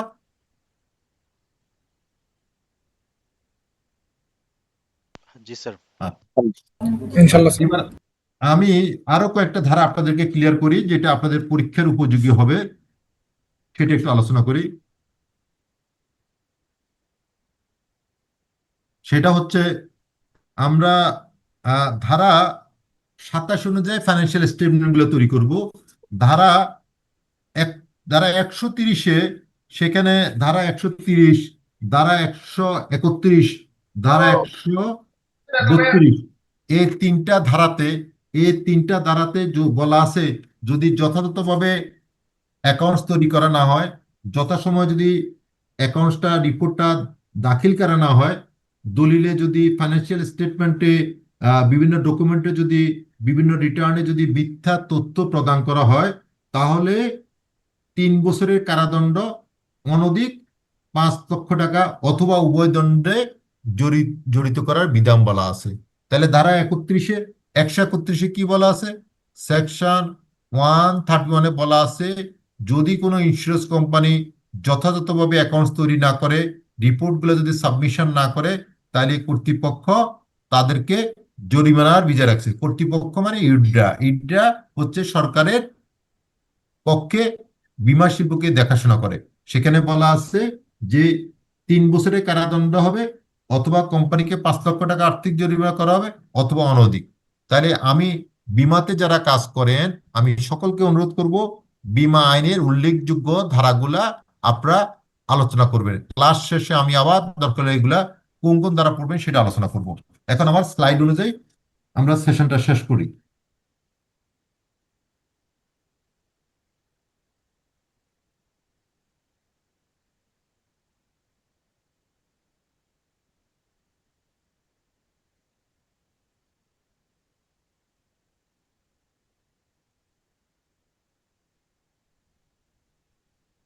প্লিজ এবার এবার আমার সেকেন্ড সেশনে চলে যাচ্ছে। সেকেন্ডের স্লাইড কি দেখা যাচ্ছে? জি স্যার। হ্যাঁ, একটু পড়েন। Solvency margin of insurance companies and protection of policy holders. আচ্ছা, আমরা এবার একটু সলভেন্সি মার্জিনটা নিয়ে পড়বো। সলভেন্সি মার্জিন নিয়ে কেউ কারো ধারণা আছে? সলভেন্সি মার্জিন বলতে কি বোঝায়? কোম্পানি কতটা সলভেন্ট, মানে তার হচ্ছে রিজার্ভ কতটা আছে এটা। জুবাইর সাহেব, আমাদের বুশরা ম্যাডাম যেটা বলেছে এটা কি সঠিক, true or false? Sir, solvency margin বলতে আমরা বুঝতে পারতেছি যে কোনো কোম্পানির আর্থিক অবস্থা হচ্ছে তা নিরূপণ করা। স্যার লাইফ ফান্ড বোঝাচ্ছে মেবি। আচ্ছা, গুড। আর কেউ কিছু বলবেন? The capacity of claim payment. আচ্ছা, এটা ঠিক আছে। ওকে। তাহলে আমরা একটু লেম্যানের ভাষা বুঝে একটু, তারপর আমরা ইন ডিটেলস আলোচনা করব। ইংরেজিতে আমরা প্রায় বলে থাকি আপনি কি সলভেন্ট, এর অর্থ কি? আপনি কি সচ্ছল? ইউ আর সলভেন্ট, আপনি কি সচ্ছল? হ্যাঁ, আই এম সলভেন্ট, মানে আমি সচ্ছল, আমি চলতে পারি, আমার দায় দেনার থেকে আমার সম্পদ বেশি, আমার তেমন কোনো লাইবিলিটিস নাই। যদি লাইবিলিটিস থাকে তার চেয়ে আমার অ্যাসেট বা ফাইন্যান্সিয়াল স্ট্রেংথ আমার খুব ভালো। তাহলে আমাদের দেশে বিমা কোম্পানিগুলো কি সলভেন্ট সবগুলা? এক না। বাক্যে কিছু কোম্পানি সলভেন্ট, কিছু কোম্পানি সলভেন্ট না। একটা ইন্স্যুরেন্স কোম্পানি যখন তার কার্যক্রমটা শুরু করে তখন তো সে সলভেন্ট ছিল, কিন্তু after 5 years, after 10 years, after 15 years আবার ইন্স্যুরেন্স কোম্পানিগুলো কেন অসচ্ছল হয়ে যায়? ব্যাংক কেন অসচ্ছল হয়ে যায়? কেন অসচ্ছল হয়ে যায়? কেন একটা ব্যাংক টাকা দিতে পারতেছে না? একটা ইন্স্যুরেন্স কোম্পানি তার ফান্ডের টাকা পয়সার অভাবে সে ক্লেম সেটেলমেন্ট করতে পারতেছে না। Why? খাদ্যের অতিরিক্ত খরচ করে ফেলে তাই। Right, good question. কারণটা হচ্ছে আমরা সরকার কর্তৃক সলভেন্সি মার্জিনের যে বিধিবিধান সেটা আমরা মানি না। সরকার বলছে তুমি এইভাবে চলবা, এইভাবে কাজ করবা। ইন্ডিয়া বলছে তোমরা এভাবে চলবা, এভাবে কাজ করবা। সেটা কি করে না, ইন্স্যুরেন্স কোম্পানি সেটাকে মেনটেন করে না। যে সমস্ত কোম্পানি মেনটেন করে না তারাই সলভেন্সি মার্জিনে, তারাই কি করে ক্লেম সেটেলমেন্ট সংক্রান্ত বিভিন্ন ইস্যুতে প্রবলেম। মিজান সাহেব এবং তাহলে ওয়াহিদুল আমরা সাহেব দেখলাম, একটু মিউট রাখেন, আমাদের জন্য সুবিধা হয়। আন্দোলনের কথা এখন হ্যাঁ আছে। তাহলে আমি একদম ক্লিয়ার করে দিই। আমার মনে হয় আমাদের 2 থেকে 3 জন পার্টিসিপেন্ট অ্যাক্টিভ থাকলে ভালো। আমি দেখলাম আমাদের দুবাইয়ের কোনো নয়েজ নাই, ইভেন আমাদের যে অনেকে ডিস্টার্ব করে স্যার বারবার, এটা হ্যাঁ, তো দরকার নাই। আমরা আপনি তো গুরুত্বপূর্ণ ভিডিও দিয়েছেন, আমরা কিছু প্রফিট বা বেনিফিট শেয়ার করতে হবে।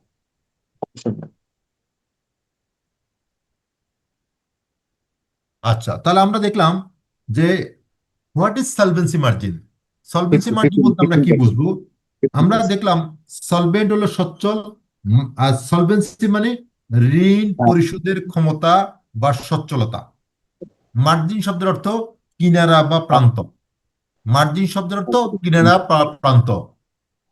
তাহলে এই সলভেন্সি মার্জিন বলতে বুঝবো যে পরিমাণ আর্থিক অবস্থা থাকলে, কোনো প্রতিষ্ঠান সহজভাবে পরিচালিত হতে পারে। যে পরিমাণ আর্থিক অবস্থা থাকলে কোনো প্রতিষ্ঠান সহজভাবে পরিচালিত হতে পারে তাকে সলভেন্সি মার্জিন বলে। সলভেন্সি মার্জিন দ্বারা প্রতিষ্ঠানের আর্থিক মানদণ্ড নিরূপিত হয়। অর্থাৎ একটা প্রতিষ্ঠান ভালো না মন্দ, এটা আমরা সলভেন্সি মার্জিন দ্বারা আমরা বুঝতে পারবো। সাধারণত কোনো প্রতিষ্ঠানের কমপক্ষে একটি অর্থ বছর বা পঞ্জিকা বছর চলার মতো আর্থিক অবস্থা থাকতে হবে। বীমার ক্ষেত্রে আমরা এর বলবো, বীমার ক্ষেত্রে বীমা গ্রাহকদের স্বার্থ সংরক্ষণের জন্য বীমা কোম্পানি ঋণ পরিশোধের ক্ষমতাকে সলভেন্সি মার্জিন বলে। অর্থাৎ একটা ইন্স্যুরেন্স কোম্পানি তার গ্রাহক থেকে যে টাকা পয়সা নিয়েছে সে টাকা পয়সা পরিশোধ করার ক্ষমতাকে আমরা সলভেন্সি মার্জিন বলি। যেমন লাইফ ইন্স্যুরেন্স কোম্পানি, আমরা প্রায় বলে থাকি যে অমুক কোম্পানি 30,000 কোটি টাকা বা 5,000 কোটি টাকা লাইফ ফান্ড আছে। এর অর্থ কি? ওই কোম্পানি জনগণ থেকে প্রিমিয়াম বাবদ যে টাকা সংগ্রহ করেছে ভবিষ্যতে এই টাকা পরিশোধ করার জন্য মেয়াদ উত্তীর্ণের পরে অথবা বীমার বিষয়বস্তু ক্ষতি হলে ক্ষতিপূরণ দেওয়ার জন্য যত বেশি লাইফ ফান্ড থাকবে, যত বেশি রিজার্ভ ফান্ড থাকবে, সেটা যত বেশি থাকবে, তাহলে আমরা বলবো ওই কোম্পানি অত বেশি স্ট্রং বা সলভেন্ট। আমাদের নন লাইফের ক্ষেত্রে একই অবস্থা। গ্রাহক থেকে বিভিন্ন পলিসির বিপরীতে আমরা প্রিমিয়াম সংগ্রহ করি। এই প্রিমিয়ামটা সংগ্রহ করার পরে এই প্রিমিয়ামটা যাতে করে বীমার বিষয়বস্তু ক্ষতি হলে ক্ষতিপূরণ দেওয়া যায়, যত বেশি আমরা রিজার্ভ ফান্ড রাখবো, যত বেশি আমরা আমাদের সলভেন্সি মার্জিনটা থাকবে, তত বেশি বীমা কোম্পানির জন্য স্ট্রেংথ বা শক্তিশালী ইন্ডিকেটর নির্ধারণ করবে। আমাদের দেশ সব বিশ্বে অনেক দেশে বিশ্বের সব দেশে দেখা যাচ্ছে বীমা সংক্রান্ত সলভেন্সি মার্জিন সংক্রান্ত বিভিন্ন বিধি প্রবিধি বা সার্কুলার রয়েছে। আমাদের দেশে সলভেন্সি মার্জিন সংক্রান্ত সার্কুলার রয়েছে। আমরা ভারতে দেখেছি একটা বীমা কোম্পানি যদি 100 টাকা যদি দায় থাকে, তাদের দায় পরিশোধের জন্য কমপক্ষে 1.5 মানে 150 টাকার সম্পদ থাকতে হবে। অর্থাৎ 100 টাকা দায়ের বিপরীতে 150 টাকা কমপক্ষে, বেশি থাকলে তো কোনো সমস্যা নাই, কিন্তু কমপক্ষে 150 টাকা থাকতে হবে। কোনো কোনো দেশে 100 টাকার বিপরীতে 200 টাকার সম্পদ থাকার জন্য বিধিবিধান করা আছে। এটা কতটা থাকতে হবে এটা ডিপেন্ড করে দেশের ইকোনমি, দেশের এনভায়রনমেন্ট এবং ওই শিল্পের কার্যক্ষমতার উপর, ওই শিল্পের ফাংশনের উপর নির্ভর করে। কমপক্ষে 100 টাকার সম্পদ থাকলে কমপক্ষে 150 টাকা, 100 টাকার দায় থাকলে কমপক্ষে 150 টাকার সম্পদ বা অ্যাসেট যেন থাকে, সেই জন্য সরকারের পরামর্শ বা নির্দেশনা রয়েছে। তাহলে পরীক্ষা যদি আসে, what is solvency, discuss the various condition to, আমি আবারও বলতেছি, discuss the various condition as to be fulfilled for maintaining the solvency margin. পরীক্ষা পারবেন সলভেন্সি মার্জিন আসলে লিখতে? পারবো ইনশাআল্লাহ। স্যার আরেকবার বলেন কোশ্চেনটা কাইন্ডলি। আপনারা যে কোনো, আমি 1 মিনিট বিরতি নিচ্ছি, জাস্ট আমি একটা নিউজ দিয়ে আসতেছি। আপনারা যিনি সলভেন্সি মার্জিন বুঝছে, আমি বিশেষ করে আমাদের যে ইয়াকে বলবো, আমাদের আরেকজন ইন্স্যুরেন্স ইন্ডাস্ট্রির বাইরে আছে, ওনাকে বলবো একটু ডিসকাস করেন আপনারা কোশ্চেনটা কি ধরনের হতে পারে সলভেন্সি মার্জিন রিলেটেড।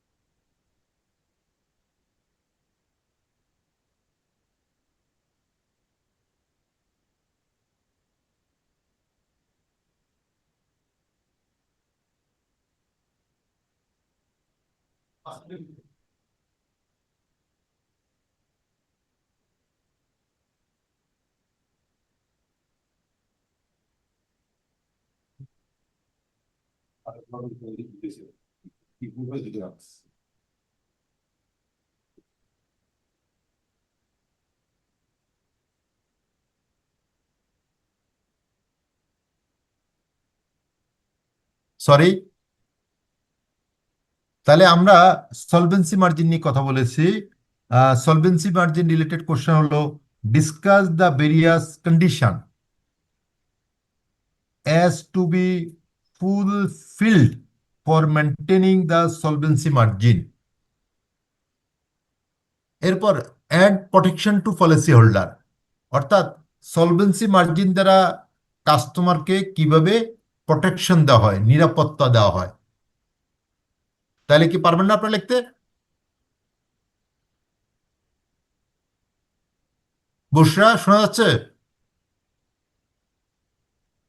স্যার আচ্ছা, তাহলে এই সলভেন্সি মার্জিনের মুখ্য উদ্দেশ্য হচ্ছে ইন্স্যুরেন্সের যারা পলিসি হোল্ডার দ্যাট ইজ আমাদের কাস্টমারদেরকে প্রোটেকশন দেওয়া। কারণ কাস্টমার যদি টাকার অভাবে কোনো কোম্পানি থেকে ক্লেম না পায়, তাহলে সেটা আমাদের জন্য খুবই লজ্জাজনক, ইন্ডাস্ট্রির জন্য খুবই কষ্টকর এবং দুঃখজনক। নেক্সট আছে classification of insurance business and accounting classes. এটা আমি স্যার একটা কোয়েশ্চেন ছিল। শিওর। স্যার আমাদের তো কোনো বেঞ্চমার্ক নাই, যেমন ইন্ডিয়াতে আছে 1.5, তার নিচে হলে তো কোনো মানে সলভেন্ট না। বাংলাদেশে এরকম কোনো বেঞ্চমার্ক আছে যে এতটুকু পর্যন্ত হলে তোমাকে সলভেন্ট ধরা হবে, না তো ধরা হবে না? হ্যাঁ, সানিয়াত খুব চমৎকার একটা কোশ্চেন করছেন। সলভেন্সি মার্জিনের জন্য আমরা একটা প্রজ্ঞাপন রেগুলেশন রেডি করতেছি, এখনো ফাইনাল করতে পারেনি। হ্যাঁ, এটা মিনিস্ট্রিতে ইড্রা থেকে প্রপোজাল আসছে মিনিস্ট্রিতে। আমাদের ইড্রার হামিদ সাহেব কি আছে এখানে? আমাদের বীমা উন্নয়ন নিয়ন্ত্রক কর্তৃপক্ষের কোনো অফিসার কি আমাদের এই অনলাইনে আছেন? আমাদের অর্থ মন্ত্রণালয়ের কোনো প্রতিনিধি কি আছেন এখানে? আমাদের 55 জন পার্টিসিপেন্ট দেখতে পাচ্ছি।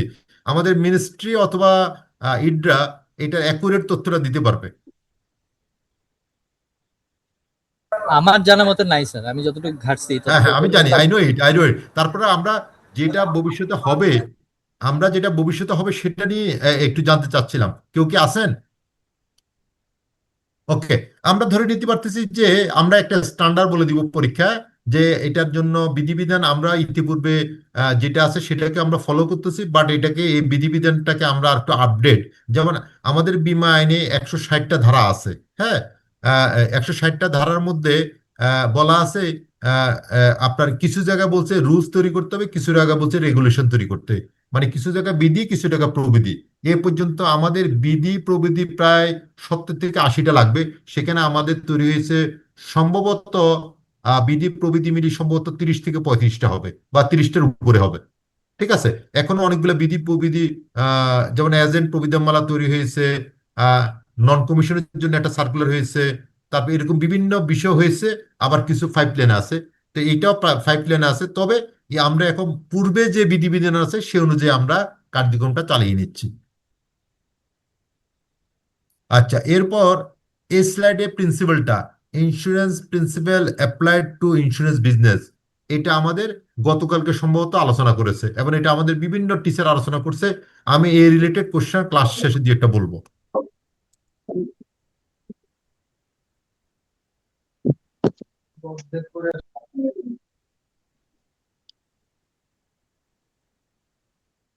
আমি আরেকটা প্রেজেন্টেশন দেওয়ার চেষ্টা করছি, আপনি একটু সংযুক্ত থাকেন।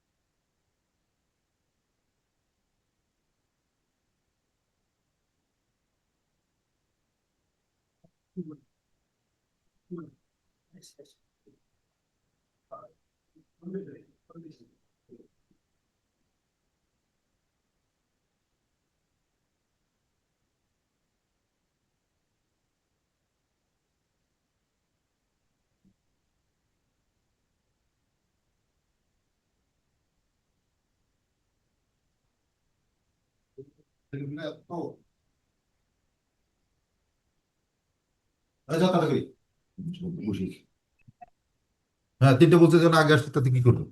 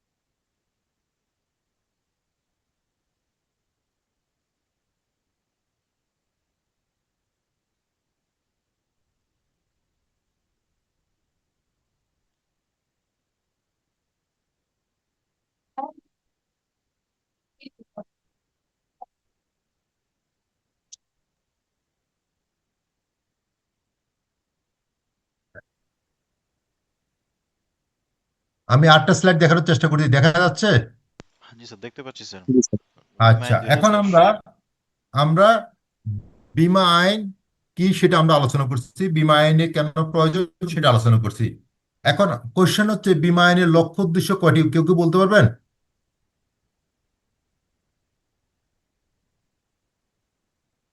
স্যার লক্ষ্য উদ্দেশ্য জানা নেই।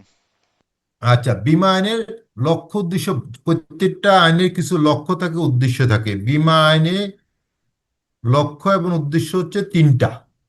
সরকার অনেকগুলো উদ্দেশ্য নিয়ে বীমা আইন 2010 প্রণয়ন করছে। মৌলিক এসেনশিয়াল লক্ষ্য উদ্দেশ্য হচ্ছে 3টা।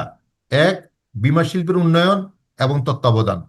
2, বীমার সুবিধা আপাময় জনতার নিকট পৌঁছে দেওয়া, অর্থাৎ ইন্স্যুরেন্সের সুবিধাটা, বেনিফিটটা আপাময় জনতার নিকট পৌঁছে দেওয়া। 3, বীমা সংক্রান্ত বিভিন্ন বিধি প্রবিধি তৈরি করা। এই 3টা উদ্দেশ্যকে সামনে রেখে সরকার বীমা আইন 2010 প্রণয়ন করেছে।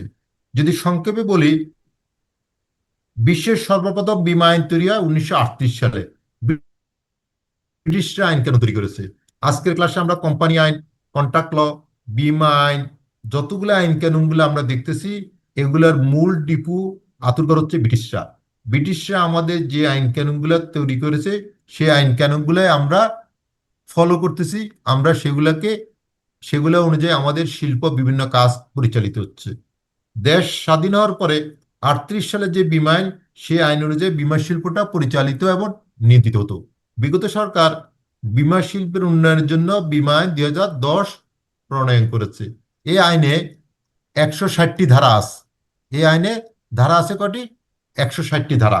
আমরা এখন উল্লেখযোগ্য যে ধারাগুলা আমাদের কোম্পানি অ্যান্ড কন্ট্রাক্ট লয়ে প্রয়োজন, সেটা নিয়ে কথা বলবো। ঠিক আছে, প্রথম ধারা 1, এই ধারা 1-এ হচ্ছে এই আইন বীমা আইন 2010 নম্বর হইতে হবে। তাহলে প্রত্যেকটা আইনের এই টাইটেলটা আছে। এরপর চলে যাই আমরা ধারা 2-এ। ধারা 2-এ বিভিন্ন সংজ্ঞা দেওয়া আছে।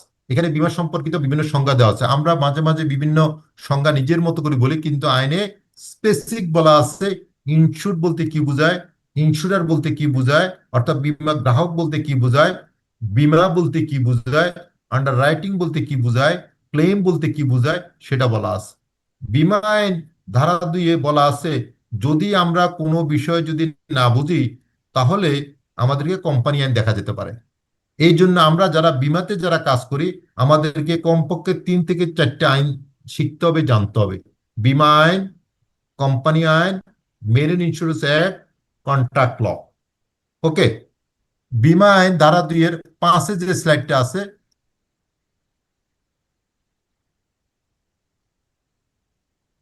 দেখা যাচ্ছে? জি স্যার, দেখতে পাচ্ছি স্যার। হ্যাঁ, এবার একদম পড়েন কেউ একজন,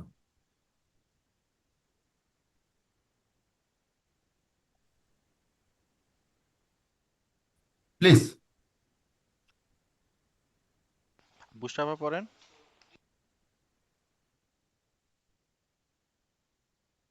আপনি পড়েন, মনে হয় সে কোনো কারণে। জুবাই ভাই আপনি পড়েন। জুবাই সাহেব, আপনি পড়েন।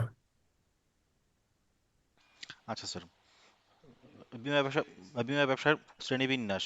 এই আইনের উদ্দেশ্য পূরণকল্পে লাইফ ইন্স্যুরেন্স ও নন লাইফ ইন্স্যুরেন্স নামীয় দুই শ্রেণী বীমা ব্যবসা থাকিবে। ওকে, আমরা এবার আমাদের প্রফেসের সাথে মিলাই আমাদের এটা আলোচ্য সূচি দেখেন, আপনাদের প্রোগ্রামে লেখা আছে classification of insurance business and the accounting classes for purpose of submission of return to the Insurance Development and Regulatory Authority. Classification of insurance business.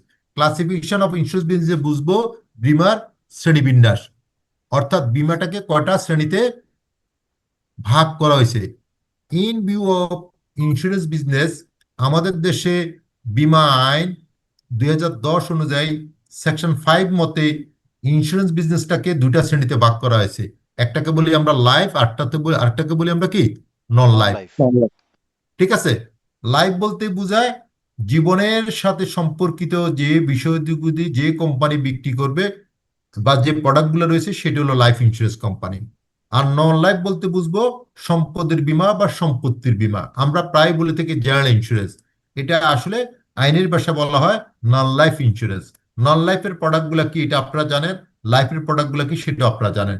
আমাদের এই ডিপ্লোমাতে আমরা বলি লাইফ ফ্যাকাল্টি আর নন লাইফ ফ্যাকাল্টি। লাইফ বলতে বুঝবো উনি life company অথবা life বিষয়ে উনি ডিপ্লোমা করবে, আর নন লাইফ বলতে বুঝবো উনি নন লাইফের সাথে নন লাইফের বিষয়গুলো নিয়ে ডিপ্লোমা করতেছে। লাইফের সাবজেক্টও চারটা, নন লাইফের সাবজেক্ট চারটা, তিনটে হলো কমন সাবজেক্ট। যারা লাইফ করবে তাদের জন্য BA 3, আর যারা নন লাইফ করবে তার জন্য BA 4। ক্লিয়ার? জি স্যার। এবং সেকশন 5-এ বলা আছে এটাকে একটু ছোট করলে ভালো। কিভাবে ছোট করা যাবে, কেউ কি ধারণা দিবেন আমাকে? স্যার এখানে নিচে যে মাইনাস ইয়েটা আছে, সিম্বলটা আছে, ডানে নিচে, ডানে একদম ডানে একদম নিচে স্যার, এখানে দেখেন প্লাস এবং মাইনাস সিম্বল দেয়া আছে একদম ডান পাশে, যে বারটা আছে সেখানে আরো নিচে স্যার, একদম নিচে একদম নিচে, এখানে ক্লিক করেন sir. Oh fine fine, thank you, thank you. আপনারা যারা স্পন্স করতেছেন তাদের জন্য স্পেশাল একটা বেনিফিট দিতে চাই। কোশ্চেন নিবেন, যে কোশ্চেন না পারবেন আমাকে মেসেজ দিবেন, আমি উত্তর দিয়ে দিব। ঠিক আছে? আমি ক্লাসে চেষ্টা করব আমার এই রিলেটেড আর কিছু কোশ্চেন আপনাদেরকে আলোচনা করার জন্য। তারপরে যদি না বুঝেন আমি উত্তর দিয়ে দেবো। ঠিক আছে? Thank you sir. আচ্ছা, এটা হলো আপনারা যেহেতু কষ্ট করতেছেন, আপনাদেরকে কিছুটা আমাকে আপনাদের ডিমান্ড অনুযায়ী কিছু জিনিস যদি দিতে পারে আপনারা উপকৃত হবেন আমার বিশ্বাস। আচ্ছা, আমি একটু আমার আসলে ছোট্ট একটা কাজে একটু জাস্ট 10-5 মিনিটে একটা ব্রেক নিচ্ছি। কোনো সমস্যা হবে আপনাদের? এখন স্যার বাজে ক্লাস 3টা। আর কতক্ষণ চলতে পারে যদি একটু আইডিয়া দিতেন স্যার, আমি বলি ডিউরেশনটা এখন কতক্ষণ? বাজে 3টা। আমরা 5 মিনিটের একটা ব্রেক দিব, 5 মিনিট পরে শুরু করবো। সেক্ষেত্রে আমরা 4:30 পর্যন্ত করবো, কারণ আজকে গত ক্লাসে আপনারা অনেকগুলো কোশ্চেন বুঝেননি, সেটা আমি বুঝিয়ে দিব। আবার আজকে ক্লাস রিলেটেড যে কোশ্চেন, মডেল কোশ্চেনগুলো যেটা হতে পারে, আমি যা বলবো তা হবে তা না, এই ধরনের হতে পারে কোশ্চেনের প্যাটার্ন, কোশ্চেনগুলো নিয়ে একটু ডিসকাস করবো। ঠিক আছে, ঠিক আছে স্যার স্যার। আমাদের কি 7টার দিকে কোনো ক্লাস হবে আজকে? না না, আজকে আর কোনো ক্লাস না হবে না না। না। আচ্ছা। তাহলে স্যার আমরা আজকে কতক্ষণ ক্লাস চলবে স্যার? আমরা এখন 10 মিনিটের ব্রেক দিচ্ছি। আমরা দশ আচ্ছা, মিনিটের ব্রেক দিচ্ছি, 3টা 10-এ আরম্ভ করবো, 4:30 পর্যন্ত চলবে। 4:30। এগুলা হঠাৎ করে এগুলা বললে স্যার কেমন হয়ে যায় না, একটা থাকে। আপনাদের প্রোগ্রাম অনুযায়ী ক্লাসটা হওয়ার কথা হলো 4টা, হ্যাঁ। আমরা সেক্ষেত্রে হয়তো আপনাদের জন্য 4টা পর্যন্ত চললো, ঠিক আছে। 3টা 10-এ আরম্ভ করবো আমরা, 10 মিনিট ব্রেক দিচ্ছি, 10 মিনিট পরে আরম্ভ করবো। ঠিক আছে? ঠিক তাহলে আছে আমরা স্যার। এখন এই মুহূর্তে সকলকে অনুরোধ থাকলে আমরা 10 মিনিটের একটা ব্রেকে যাচ্ছি। Thank you. ঠিক আছে স্যার। হ্যাঁ।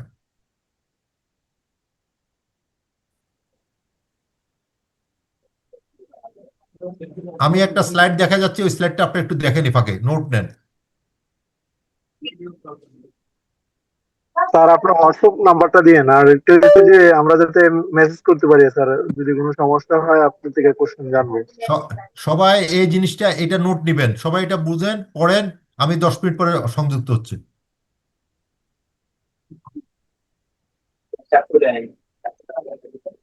কড়া কড়া ভাবে দেখি।